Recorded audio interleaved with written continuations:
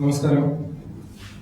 Indian മൂവീസിന്റെ ആദ്യ ചിത്രം സംവിധാനം ചെയ്യാൻ അവസരം കിട്ടിയതിന്റെ സന്തോഷത്തിലാണ് ഞാനും വിനോദും. കോൾഡ് സ്റ്റോറേജ് എന്നാണ് ചിത്രത്തിന്റെ പേര്. ചെന്നൈ പശ്ചാത്തലമാക്കി പറയുന്ന വളരെ ഇൻഡിഫറൻ്റ് ആയിട്ടുള്ള ഒരു സ്റ്റോറിയാണ് കോൾഡ് സ്റ്റോറേജിലൂടെ ഞങ്ങൾ അവതരിപ്പിക്കാൻ ശ്രമിക്കുന്നത്.